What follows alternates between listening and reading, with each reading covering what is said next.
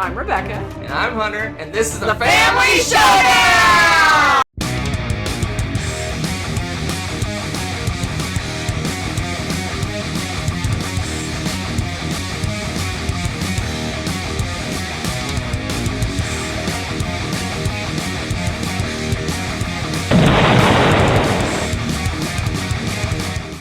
Howdy folks, welcome back to my top 100 games of all time. I'm Hunter. Beside me is the better half of the Family Showdown. No. My lovely wife, Rebecca. No. Today, we're looking at my number 90 to 81. Let's go. Let's take a little sneak peek. Okay. We got 4 new games. For those out there that do the mathematical things, 40% of this list is new. 40% new games. Okay. But unfortunately, 60% are games that gone down. Wow. From last year. 60% off. What a bargain. All right. Let's jump right in. So you hate these games. Why do you hate these games? I don't hate them. All right. So let me explain this. I've explained this many times. You watched my intro video. There's 17 new games. 17? That seems low for you. No, it's the same as last year. Wow. That pushes games down the list. That's just the way it works. That's how these guys push down the list. New math. They're all hanging out in the same neighborhood basically that they were last year. Must be My number 90 is so large. So normally I place my games off to the side over here, and I pull them off and I present them. Oh, I think it's the one you stuck over here. Pull them off and present them. This year, this time, my number 90 is actually on Rebecca's side. Excuse me while I throw out my back. My number 90 is Foundations of Rome. The size of Rome itself. Well, I was going to say this could be part of your foundation to your house. That too. Foundations of Rome. My number 90. It's Noodle List. Noodle List. We played this the first time. When did we play this? We got this. Did we get this at Dice Tower East? And played it at Dice Tower East? Oh, we played it for a while. I couldn't get it for like a year. And then all of a sudden they had 10 billion of them at a I'm saying, we played. There's a story here. We played at the Dice Tower Retreat the year before. But that was after I made my list, I want to say. But we got this, purchased this at Dice Tower East, I want to say. No? Maybe? I don't remember. I'm so lost. Foundations of Rome. So this is the massively overproduced. But glorious nonetheless. So you would think the size of this box and all the components that are in this box, which I'll show off a few of them shortly. You think this is a massive, heavy miniatures game or something? No. It's a light little, almost tile placement game in a way. You can teach this to pretty much anybody. So you are drafting. You're drafting cards. Those cards have a number, a letter, and a number that relates to a grid. The grid is the Forum in Rome. Look at that. Look at that. I learned through osmosis or proximity. What is happening? Oh, there it is. So the Forum in Rome. So basically, you're getting a grid. You're getting a card for a grid, and you have all these buildings in your player area that have different kind of shapy shapes. So you have some squares, you have some L's, you have some longs, and you have some tiny little buildings. You can take your buildings and put them into the grid, but you have to have cards for all the places you're going to put it. So if you have an L shape, you need to get the cards that make that L shape somewhere in the city, and then you can place the building in that area. So you're kind of reserving, when you take the cards, you're reserving that spot. Eventually you can put a building there. As time goes by, if you get more areas that are around that, you can make the building bigger. Like maybe you upgrade your L to a square because you get another spot to do that. So she's showing off some of the monuments. These are some of the big. That's an big expansion. buildings. Yeah. But it's crazy overproduced. It's crazy. It's expensive, but not really for what you're getting. But it just pops on the table because we were at Dice. I said we played this at the retreat, I want to say, last year. And we were just walking by and were like, what the heck is that on the table? This is one building. It's and I sat down and started reading the board book, and I'm like, oh my gosh, this is such a simple game. So me and Rebecca played it. Then we played it with some other people. Then I taught some other people to play it. And it got played and played and played. And we loved it, but it was we didn't kickstart it because it was already passed. When I saw the Kickstarter, I'm like, wow, that's really expensive, and there's not much of a game here. I don't understand. It didn't kind of pop in my head. But then we played it like, wow, this is really, really cool. And He said it just like that, actually. Foundations of Rome. So this is my new to the list. It's my number 90. And it slides in, and that's storage. Got all your player colors, and then you have one for your monuments. And the board's and, right here, and and that's all, it. and this is all the side over here has all your pieces to set the game up, board and all that good stuff. It's crazy good. Yeah, this one you can I can get this to the table, set it up, and teach it probably in less than 10 minutes. This is another one of those where Matsushi is a genius game to me. I'm like, Yeah. because this is amazing. I mean, it seems like there's this trend to have these super heavy monster games, but they're not really accessible unless you're a heavy board gamer. Right. And like this just blows that away. Right. And it's just it's That's hard. beautiful, It's a too. light little Euro tile placement game, But with gorgeous buildings instead. and it's Rome. All right. My number 90, new to the list, Foundations of Rome. And it does not come with a dolly to carry it around. It should. Working out those muscles. All right. Number 89. Training montage. now. 89. It was 81 last time, so it's hanging in the general area. This is one of our faves. It's one of our go-tos. If I say, hey, sweetie, let's play us a little 90-minute Euro. Maybe 9-minute, but you know what I mean.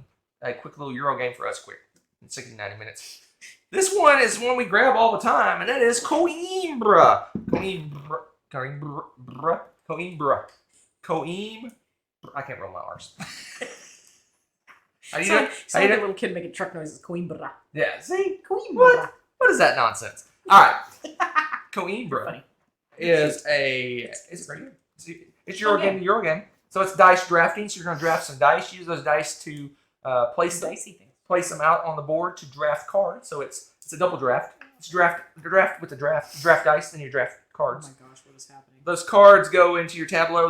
Some give you ongoing benefits, some give you in-game scoring, some give you immediate bonuses, but all of them help you move up tracks. So there's these 4 tracks. I want to say 4 tracks. 4 tracks you're moving up. 2 of them are. Is there 5? There's 4.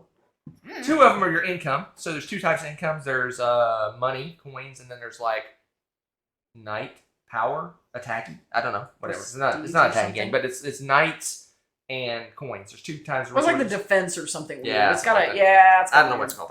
Yeah. Anyway. Continue! I don't know. Anyway, so you use those. Use those the income to pay for those cards. It's kind of an ongoing income you're going to get each time. There's also a victory point income. So you're going to get victory points at the end of each round. You're going to get victory points. That's another tracking you up. There's yet another track that lets you move around a board. There's a little mappy map that you're moving around on the board. You're setting up little monasteries, I believe they are, and you get benefits for setting those up. On top of all of that, there's achievements you can opt into. I love games with goals. It gives you something to shoot for. So there's going to be some achievement out there, but you have to opt in. You have to pay a big chunk of one of the 2 currencies to opt into that. It's pricey. So there's a budgeting thing. It's like, okay, I can buy these cards, but then I have to have enough for my achievements. I have to have enough to do this. Fun game. It's a blasty blast. It's my 65. I like it better than you. I don't doubt that. I like it better than you. It's a great little drafting game. It has an AI for less than 4 players, I want to say, of where there's rando dice already placed in some of those card drafting spots. So you kind of got to go, ooh, he's going to draft that card because you can tell. It's nice because it's automated. I mean, it's the same method every time. Right. So There's it's not random. There's rules for what they're going to draft. You go, oh man, I really wanted that card, but he's a 3. Yeah, I'm going to have to end up place a getting it. 4 there to be able to get that card because I know he's going to take that right off the bat. Yep. So it works well. I mean, some people might not like that, but it works. It flows really well. It really does. If it was more of he takes a random card or there's like more. Oh, I would hate that. You immediately know what card No. that the AI, the computer player, whatever you want to call it, NPC. Well, yeah, because usually we don't like those games that have NPCs because of that. Like, Yeah. they're like, well, he randomly draws X cards and stuff, and you're like, Yeah. great, I'll never catch up to that. But you know exactly what he's going to take. And that's all he does. He doesn't go traveling on the main part of the map. He doesn't do anything else that mixes it up or anything. So You kind of know what he's going to play because if someone goes higher than him and takes the card that he wants to take, You know what the he's next gonna, one he's would going be. to take an alternate card. yeah, But there's rules on what he's going to take. He's going to take the highest number card, I believe. it's really straightforward. Anyway, it's a great little It's a good Euro one. game. I It's a called it a really- 90-minute Euro. I want to say I'm wrong. I want to say it's quicker than that.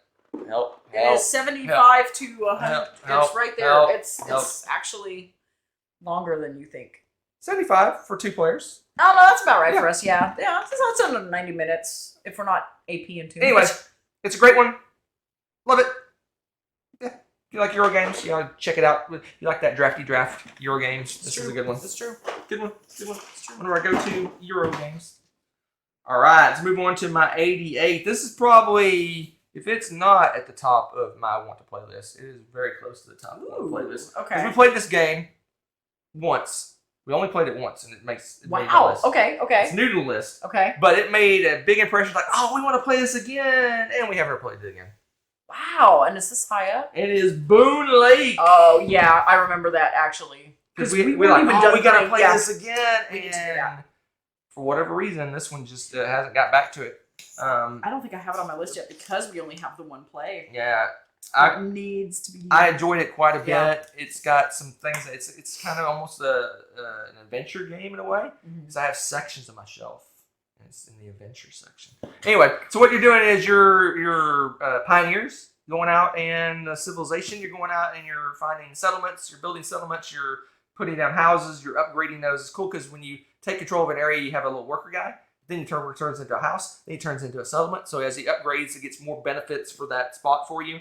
It's got that cool thing where you have a player board and you're taking stuff off your board and it gives you upgrade stuff. Oh and yeah, you like kind of take- scythe style. Right. Yeah, yeah, It has yeah. a That's cool, right. it has a very interesting little mechanism where you have little boat guys on your board. Oh, you love boats. what Oh you my can do. gosh. And you got little boats you're traveling up a river. Oh but my the gosh. gimmick, they all have gimmicks. The gimmick in this game is the action selection system. So you have almost a series of tiles that are all stacked. It's like a little That's board right. they go on. There's a stack that's of different better. tiles. And you're going to pick one of those tiles. So the one at the top of the stack is going to give you like a ton of movement for your little boaty boat guy. But it might not be the action you want. So maybe you're going to take one further down the list. But the further down you go the list, the less benefit you're going to get for that sub action That's that you're cool. going to get. I like that. In addition to those actions, when you take those actions, you're going to get an action, and then the players everyone gets a secondary action. So everyone's interested in what. Well, I think there's somewhere that there's no secondary action, but for the most part, when you take one of those actions, the other players are going to get an action too. So they're interested in what you're going to do on your turn. And when you take that action, guess what? It goes down to the bottom of the Starts queue, and slow. now that action stinks because it's down at the bottom of the stack. Right. I don't know why this hasn't made to the table. It made a big impression. It's one of those games. Oh, we gotta play this again. I think this came like in a flux of a whole bunch of games. That's probably true. And so we were like, oh, we got to get all these new games played, and then it just kind of got. In fact, I think I may leave this game out and put it over on a shelf of shame so we can see it and think about that we need to play it. Like because that idea. this- I'm fine every with time that. we see this game, it's like, oh, we need to play that game, and then Yeah. we don't play it. It's super good. Um, super good. But anyway, I this, would like that because I think it might be on here. it's a fun There we go. little Euro game. It has a lot of things I like in it. I like that exploration thing. You love boats. I love boats. You love boats. We're on boats. We're on boats. You love that. Yep. You're traveling on boats. It's got a great production. It's got those double layer player boards Oh, and all yeah, sorts of they're fun super stuff. Nice. Anyway, It's a beautiful It's game. a great game. Beautiful game. We got to play it again. Yes, we do. All right. Yeah, when we put these games away, we're putting it over on our shelf You of know what? I'm shame. just gonna put it. Just watch me right now. I'm gonna put it a little lower on the table over here. It's out of sight, but You it's can not see out it. of sight for us. You can see it.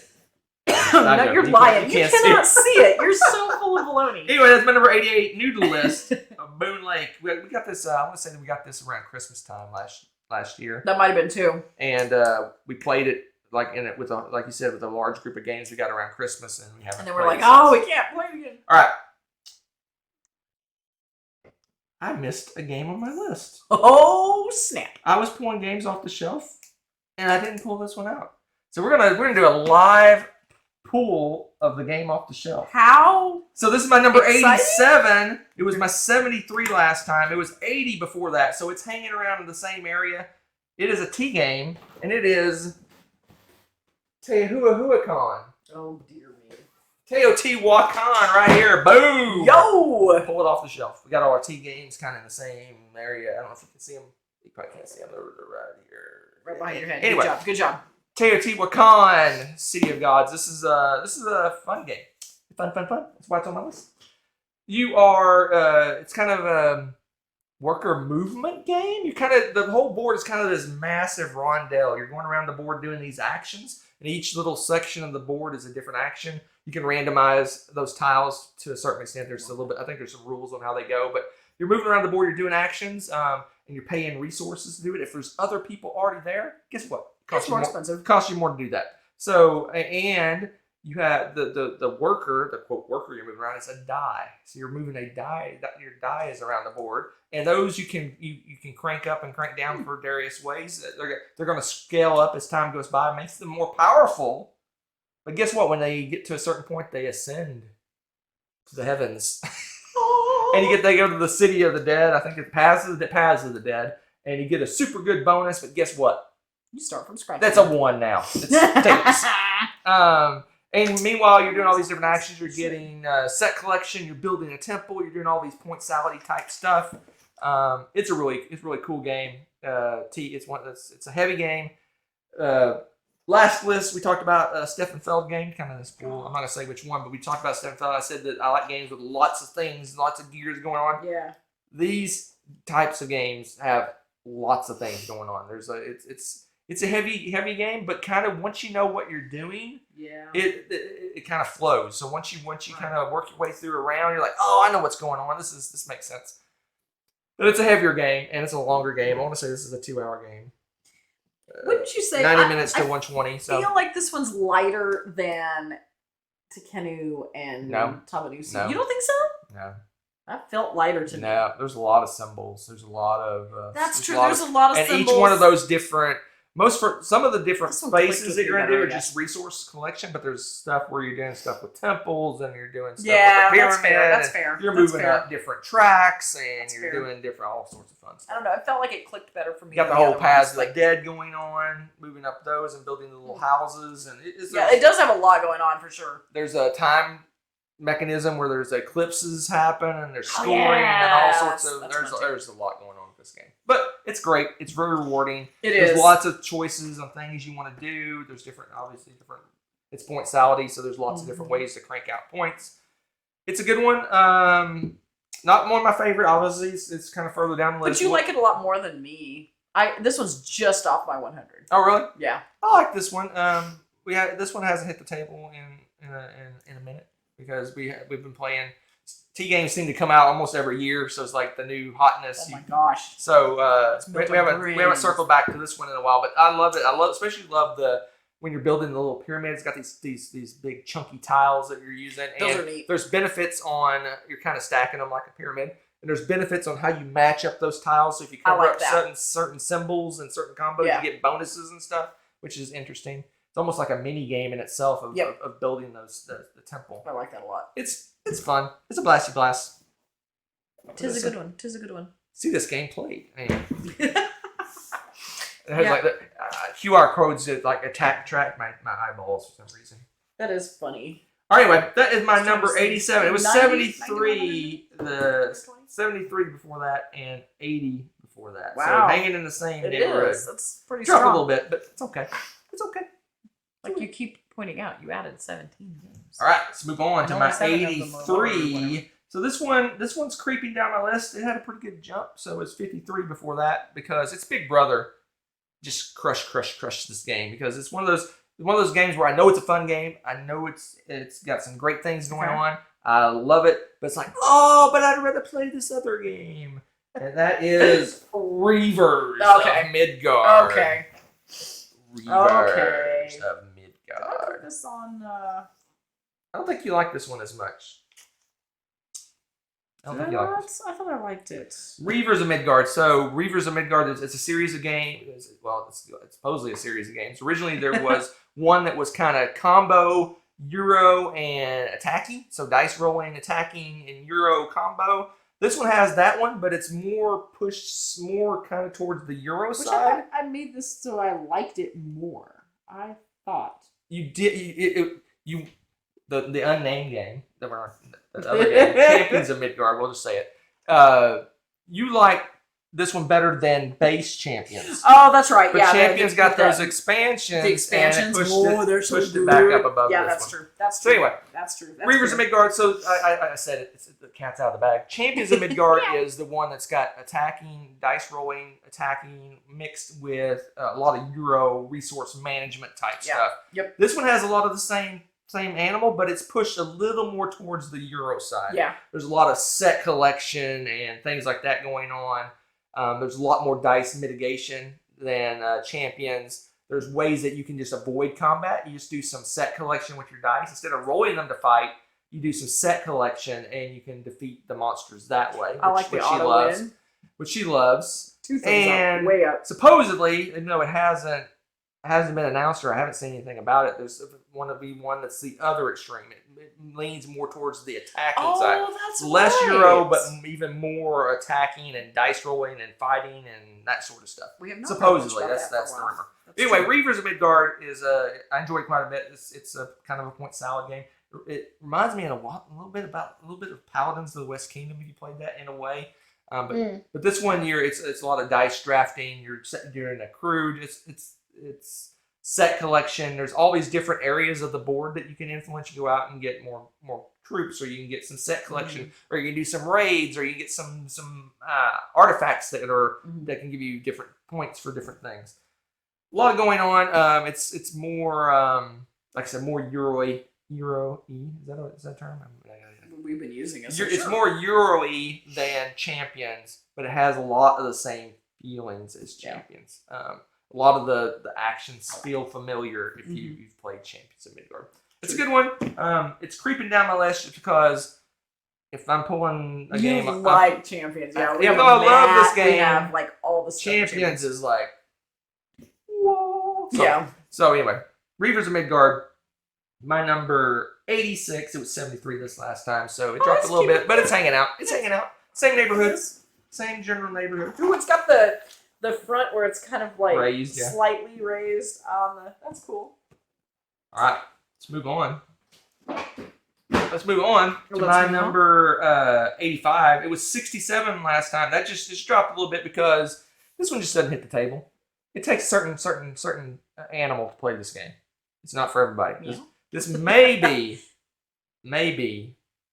the heaviest game that we own in terms of complexity. No. There's actually 2 versions of the game. They actually had to tone it down. So there's the water frame, which is the full whole hog version of the game, and then there's a spinning Jenny that calms it down a little bit. So the rulebook goes from like 40 pages to 25 pages when you play the lesser version of the game. This is Economics 101, the board game. Oh, gosh. Economics 101 was much more interesting. Called Arkwright. Bum, bum, bum, bum, bum. They just have like the timpani entrance for this beast. So this is super heavy. It's highly underrated in terms of its weight on Board Game Geek. It is I think it's the heaviest game that we own in terms of complexity and teach and play. But to me, it is so rewarding because it's got so many things I like in it. It's got stock market. It's got little boats where you're shipping stuff out. It's got almost got an 18xx feel to it. You're building these machines, but the machines age and are not as efficient as time goes by. You're playing a certain number of decades. I want to say 4 decades of in the game, the 1800s. I want to say, and 17th and 18th century. You go. Anyway, so you're playing a certain number of decades, and you're going out and you're building factories, and you're hiring workers, and the workers actually have a supply and demand. So as more and more workers are hired, the workers become more expensive to hire because there's a shortage of workers, and if there's lots of workers, then it's really cheap to hire workers. You're playing the stock market. You're building goods. You're increasing the quality of your goods because the higher quality goods are going to get bought before the lower quality goods. But maybe the lower quality goods has a lower price, so they might get sold. There's a supply and demand on goods. There's supply and demand on the workers. There's building machines. There's just so much going on. I'm going to attempt to show you the board just for grins. So first off, we have the 2 books that are the rule book. Let's check it. Take a gander at the pages. 35 for this guy, which is the main water frame, and then we got 24 for the easy version of the game. Yeah, you're selling this. All right, so I'm gonna try to find the board. Oh dear. All right. The player boards are boards in themselves. All right, here we go. Is this the board? Yes. Look at this board. If this doesn't make you want to play this game, nothing will. Look at this board. It's Spreadsheet, the board game. Look at that. Isn't that awesome? Okay, now I gotta come clean though. I don't hate this game. So I don't hate this game. I don't even dislike it. I'm not like, I don't know. I think that my gut says the reason you like this is it's a lot like viticulture in that it has a flow to it. It does. You get your It does. workers, you build your machines, you produce your goods, you sell your goods, you go deliver your goods to market. It's got a flow to it. It's super complex. But you got a worker spot, you got all the different goods, you have development tiles, you have all sorts of craziness going on. Yeah, and I would not normally say, "Hey, let's play this game," but like you love it so much, and it's like a train wreck. I can't get away. Like once I start, I'm like, I gotta make this work. It's just like an obsession to get into that game, and so like I don't know. It's not gonna be on my top 100 like ever, but if Hunter's really wanted to play that, like I would play it with him. But this is more like economics 301, not 101 to me. That's probably like true. this is It's pretty heavy. It is heavy. heavy. I mean, the first time we played this, I can fairly certainly say I did not quite get the game. I think there was a lot of me going, well, maybe you should do Yeah, there was a lot of that, and then I'd be like, okay. It might be a good idea for you to do this. And I let him, because I was like, But it's a beast. It is a huge teach. No, it is once you get it, super complex, and it is long. But it's satisfying when It you is. like get the engine going. That flow of yeah. how do I make this thing crank and work well? Anyway, it's not one to look at though. this has a story too behind it. I'll tell the story. I think I tell it every year. So we were at Dice Tower Con, and there was cool stuff was doing Ding and Dent, and there was a massive line. Oh yeah, is this the game we got from that? Oh, that's funny. There's a massive line, and I saw Arkwright, and I heard about it because I knew it was a heavy economic game. Like, oh, I gotta get that. I'm like, I don't want to wait in line so long. And then was it someone we knew, or just we get random people? But anyway, we're like, yeah, they said hi to us. They're like, hey, while you're in line. So they were in line. We were walking around, and they saw us they were in line. I'm like, there's a game right behind you that I really want to buy. Anyway, Arkwright. Hunter cheats. Arkwright, the amazing game of amazingness. It's not board games. Getting board games. All right, let's move on to my 84. That is a beast. My 84 beast. Okay. This is another convention game. Rebecca, we haven't played this in a long time because this is another one that I play almost exclusively at conventions. So at Board Game Geek, Rebecca usually doesn't get to make it because that's like prime time. It's right before we get out from vacation. Stuff's going on, so she shows up on the weekend. So I schedule all these heavy, big group games that I play before she gets there, right? Yeah. So it kind of fills up my time to have stuff to do. Because I'm kind of introverted, so I don't really talk to people, so I have to schedule games. Anyway, so this game is a blasty blast to play in a big group, and I especially schedule this because one of the people that moderates or does this game at Board Game Geek has like a big giant spaceship and for the board. He's got all these cool miniatures and all this cool stuff, and it's like an epic game of epicness. Yeah. And that is Battlestar Galactica. Yeah, it's funny because you have played that so much at conventions. I haven't played this in a really long time. I played this almost every year. Yeah, I haven't in years now. I didn't play it this last year. I waited. I spaced out and didn't schedule. I didn't schedule a lot of the games until last minute. That's true. Yeah, I was able to get into several of them, but I did not get into this game. It was already full. No. So Battlestar Galactica is a social deduction game. So basically, you are the crew of the Battlestar Galactica. If you have one, it's a TV show, a space TV show. You play different crewmen, and you're trying to get back to Earth. You're traveling through Earth, but as you're going, the bad guys, the Cylon guys, are attacking you. There's waves of ships attacking you, and you have to fight these off. So maybe some people are pilots, so they hop in their little ship and go out and fight the other ships. And some people are commanders, and they're organizing and doing votes and making decisions. But if you watch the show, there's hidden Cylons in your midst that look just like other people. So you don't know they're a Cylon that are trying to thwart your plans. And they're like, when you vote on something, they're throwing in negative votes and they're doing all sorts of stuff to mess things up. But they don't want to be too obvious because get thrown in the brig. So they kind of secretly steer things badly for the other players. It's a blast because from the get-go, you're like, you're a Cylon. And you're like, Rebecca, like, one time got thrown in a brig. She was a good guy, and she was a pilot, so we were getting nuked by all the Yeah, because ships. I was the only one that could It's repair like, stuff. yeah, I was like, oh man, I was so mad at you guys. You're You're like, oh, you're the traitor. it is an epic experience. It is. There's always stand-up moments. There's Oh my gosh, it's oh my amazing. gosh, I can't believe that just happened moments. It seems like So every much. game Every comes down to like the last little thing, whether we're going to win or if this happens, we're going to win. But if this other thing happens, we're going to lose. It seems like there's never. And I've played this game many times. And I've yet to have like a runaway game. Really? where no one's won it. Wow. That's saying something. It's always been like on your edge of your seat for the last turn. Like they need 3 fuel to make that last jump. How Yeah. are they going to get it? If this thing happens, it's Oh my gosh, that's so amazing. good. That's amazing. It's fun. It's a blast. Everyone's different characters have different roles. They have different abilities. There's votes. There's voting, negotiation, hidden traitor, dice rolling, fighting, all sorts of crazy stuff. Well, what's fun is you don't need to know anything about Battlestar Galactica, No. the show, to play this. Now, it's kind of cool because the character abilities and stuff are thematic, blah, blah, blah. But it's just kind of an extra spice if you happen to know about it. You don't need to know. Because, like, this one's based off of the new show. Gosh, and we played this how many times before we ever ended up watching the show? Yeah. It does not matter. That's the best part. It is awesome. There's a new It's- version of it. I can't think Oh, is of the there name. really? It's completely rethemed. It's Oh. some kind of other No. nautical ship or something. I don't What? remember what it was. Boo. I think it's a Cthulhu theme. Boo. Maybe, I don't know. I don't remember the name Boo. of it. But anyway, this one's great. Sadly, it's crazy out of print and hard to find. But yeah, there you go. Delightful. Battlestar. Find it at the conventions Galactica. and play it. This game is like just collecting dust because, like I said, I always played at conventions. So unfortunately. It is collecting dust. I'm going to die. All right. It was my 82 last time, so it's hanging strong because, man, I have so That's many such a great good game. experiences. Yeah.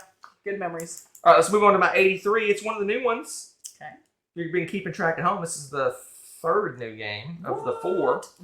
What? This one is the latest in a series of super heavy games that we consider super thematic, yet they're heavy Euros. Oh, okay. And that would be a Wait. Vital Lacerda game.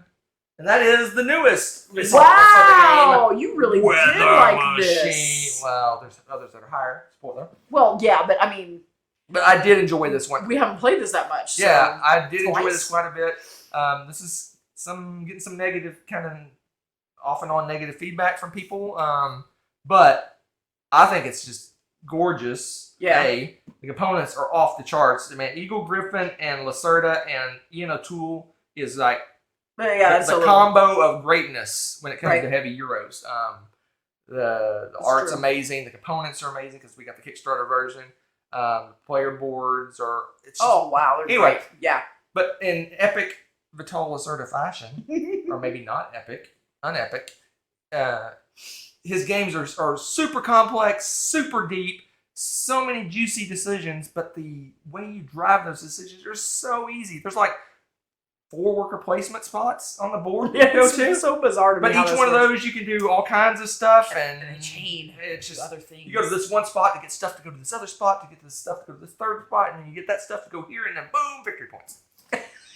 If only it were that simple. But the concept of the game, Weather Machine, there's this mad scientist. I can't think of his name.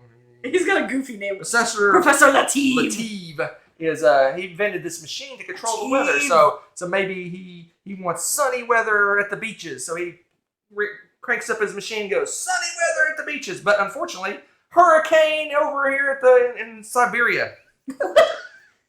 I don't know. I'm making stuff up. Anyway, Clearly. so basically, it's the butterfly effect. You fix It something is. somewhere, it creates a problem somewhere else. So what And he you doesn't are, care about those. you're kind problems, of so- not as cool scientist. You're going and you're kind of cleaning up the messes. So you're going in and you're fixing his mistakes, but you're also, hey, let's fire up the machine. We're going to make it work this time. No, you don't make it work this time. And then you have this government agency that's going out and going, we got to fix this. And so you can help them. You can help the professor. You can clear up the weather disasters. There's all these different point-sality stuff. Meanwhile, so the good. world is in trouble. Yeah. That's all I gotta say. It's all falling apart. Don't It's live all- in this world. It's all going downhill. But it's great. It's just it's a lot of his games are kind of an action selection, Mm-hmm. a simple, on the surface, a very simple action selection system. But the Then you've choices got, and like- are so deep, and understanding how the cogs all run together. It's like, Literal ones this time. yeah, look, there's little gears, little metal gears if you have the fancy version. Fun. Anyway, I love it. If you like Vital Lacerda, you probably will like this one. It's on the heavier end. They're all super heavy, but it's This on the one's- heavier yeah. end in terms of, like I said, not necessarily teaching the game, but just understanding how the game flows. It's The game not, flow is not as smooth yeah, in this one as some of its other right. ones, for sure. It's because it's all, a lot of his games are either real world or close to real world. Like, you got Lisboa, which is constructing buildings, and Vinhos where you're doing wine, and the Galleries where you're doing art. This is kind of sci-fi, like you don't have a direct attachment in terms of how this How would the- work. it would You almost work have because to, it's- you have to yeah. use your imagination. On top of trying to figure out the semi game. Yeah, right. Okay. No. Anyway, it's fun. It's a really fun. I enjoy It it. is. I want to play this one again Okay. soon. Yeah. Not my favorite Lacerda, but obviously Really? not my least favorite. There's other ones I don't like as well as this one. So Interesting. Very interesting. that's what number we at? 83. 83. New to the list. It's a new game. Weather Machine. Yeah, I want to play this again because there's a couple little things in it that I was getting kind of mixed up, and I think once I Well, have the flow, that- like you kind of hinted to, the flow is not necessarily intuitive of how you do. yeah, things. and there's a few that I just kind of have to. I'd have to have you remind me sometimes because Right. I straight up wouldn't remember Because it. it's like, go to so- this spot to get this thing, to go to this spot, but then you might go to that spot, like, oh yeah, I needed to go to this thing Oh, first. just Yeah. kill me. It was Anyway. just brutal. And so, yeah, I want to play it again and get it better because I think I'm going to like it about as much as All right, so my number 82, I may have to put a force field up to protect me. This one plummeted greatly because we played this last time, and What? it's one of her faves. It's one of her favorites. It dropped from 29 all the way down to 82. My eyes starting to twitch. I got a force field. I'm protected. I don't know that you You do. ever did those when you're a kid? You're like, I attack you with my gun. Oh, I got a force field. No, I got a force field gun. Oh, Shoots yeah, I the force throw a field. grenade that Well, goes over the well, force field. Yeah, oh yeah, totally. But I got a force field. Because my number 82, dropping how many places? I can do the math there. 53 places. Gaia Project. What? There is no force field in the universe that's going to protect you from. This All right, is you can- my you can- number 3. I'll explain myself. Oh, you better. I'll explain myself. I want I'll to explain hear. myself. I'll explain Oh, myself. do tell. I explain myself. I'll explain. I'll sum up. All right, so here's the words. Gaia, let me explain what the game's about, and then I'll explain why it dropped for me. So Gaia Project is a space-themed version of Terra Mystica. It actually says a Terra Mystica game on it.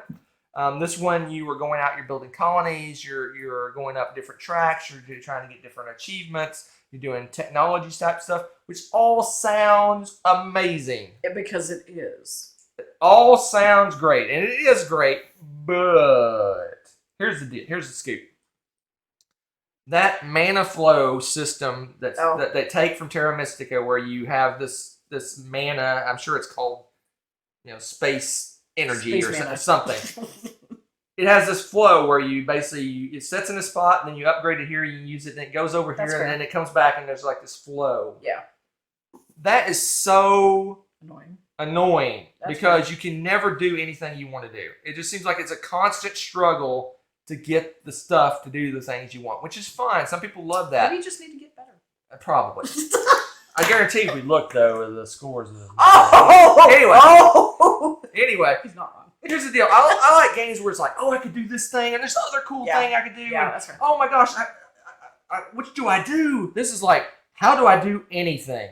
That's how That bad? Oh my It goodness. is pretty bad. It's not that bad. I mean, there's some Terra Mystic experts out there like pshaw, but for me, it is constantly it's like, how do I get this mana? It's like, oh, I can do this to get one, or oh my gosh, I can cull some to get a little bit of stuff. It's like a struggle to. I want to build buildings. I want to go out in space. I want to do all this exploration. I want to go up these tracks. I want to get the achievements, but I got 2 mana. It just. I still love this game. I love all that's about it. It's just that part of it just What doesn't. number is it again? 82? It just doesn't jive with me. The kids say that these days. It doesn't. Yes, clearly. It doesn't. I'm not vibing with this game.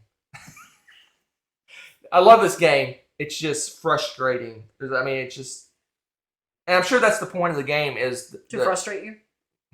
Probably the point of the game is that mana flow. How you how you work that engine of getting the almost like action points or resource or whatever, money, whatever you want to call it, to do the things you need to do. I'm just not. That just doesn't gel with me for some reason. It's a constant struggle to get that to work. And maybe that's the intention. Maybe that's the way the game's designed, is you're resource poor, and it's really a struggle to get the stuff you need to do the things you want to do.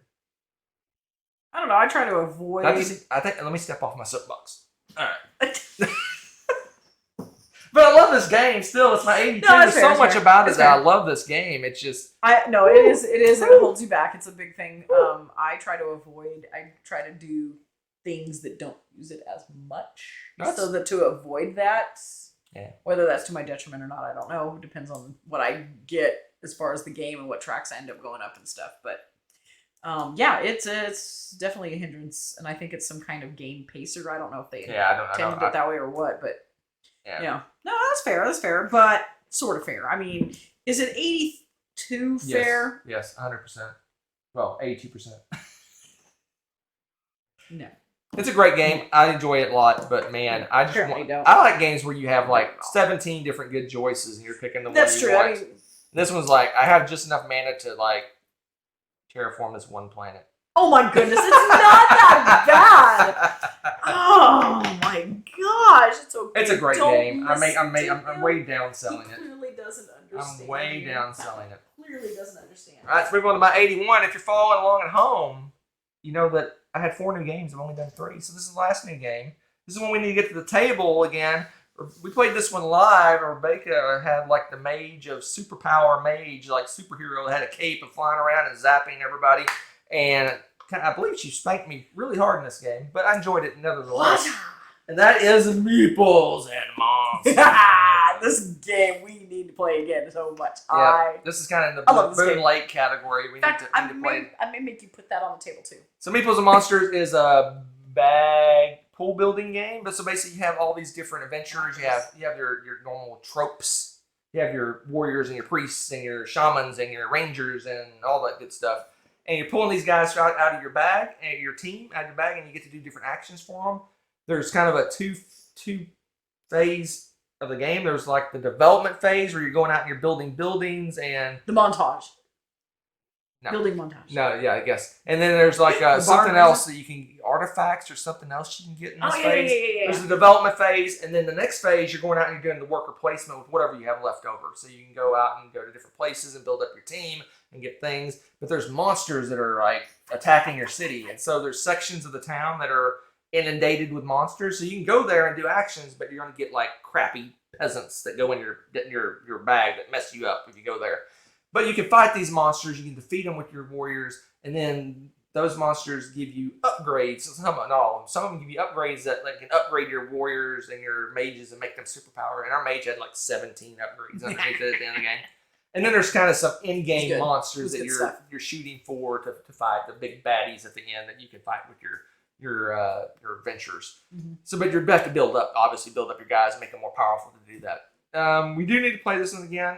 It plays super fast. It's like a quick, less than an hour game for 2 players. Which still blows my mind because it doesn't feel like it's a quick, almost breezy game to me. That it doesn't have that feel, but it moves quickly. The only reason I think this isn't higher is because in our first play anyway, we were obviously new to the game. It probably over time you would get used to it, but there's a lot of times where the first phase is very independent of the second phase. So you have to do everything in that first phase, finalize everything there. Yeah. Then you move on to the other phase. And you get to the second phase, you're like, oh crap, I was going to do this one thing in the first phase. And we're kind of like, it's a first play, go back and do it. But for the way the game is designed, you finish that first section and you're done, and then you go to the second section of the game and you do stuff there. So It's if you like pool building, some people call it bag building, some people call it pole building. If you're putting those warriors at those adventures in your bag, you're gonna pull them out and see what happens. That's why the peasants are. You still, if I recall, peasants still have a use, but they're not gonna go out and fight monsters or anything. Yeah. They still use them for other things. Yeah. But you're building up this group of adventures. You're pulling them out, and you're gonna do things with them. It's good stuff. Good stuff. It's fun. I enjoy it quite a bit. I remember. It's like a board game baby D&D. Kind of, you know, and I just love that. I think it that's fun. It fills out the way a little bit. You're fighting monsters and building your team up and going to town, and you can build buildings. So the game comes with some state buildings. And remember I said in that first phase, one of the things you're doing is you're putting new worker placement spots out that you can do different things in. There's an expansion. I think there's actually even more. There's towers that get added, I want to say, to the game that you can do more with. We haven't even touched on. Is this the one too that also gave me the Lords of Waterdeep? Lords of Waterdeep vibe-ish. We said it was like because of the way that you could go to the buildings to do stuff. And there's different types of adventurers that do different things. Yeah, so you get that kind of vibe. So if you liked that game, this is like obviously different. But this is another one we need to get a tab. You want to add this to the Boon Lake pile? We'll put that in the place. Makes me happy. Pile. I like the next two games we're going to play. So this is I told Rebecca when we started. This is the group of games that I like a lot, but we haven't played in a while. So we need to get some of these played. It is interesting. Some more so than others. I was going to say, I see, well, at least you've got Coimbra and Teotihuacan. You got some dice stuff going on and some pretty heavy games. This has a lot of heavy games. My whole list. No, it's not, because you have Foundations of Rome. You cannot say that box is heavy. Well, that's true. Depends on your definition of heavy. He's got all heavy games. All right, that is it for this time. That was my 90 to 81. I always do a sneak peek. Let's sneak peek my 80 to 71. Let's see what we got going on here. I got all these highlighted in yellows. Those are games that rocketed up my list. So I got lots of games that went up. Okay. No new games next time. Nonezo. No new games. But we've got 1, 2, 3, 4 that went up. Oh, yes, 4 that went up. 5 that went up. What? 1, 2, 3, 4, 5. He can count, guys. 6 games that went up. That means 4 went down. Something like that. I should pre-plan this. I should pre-plan this. Oh yeah, I can take 4 still down.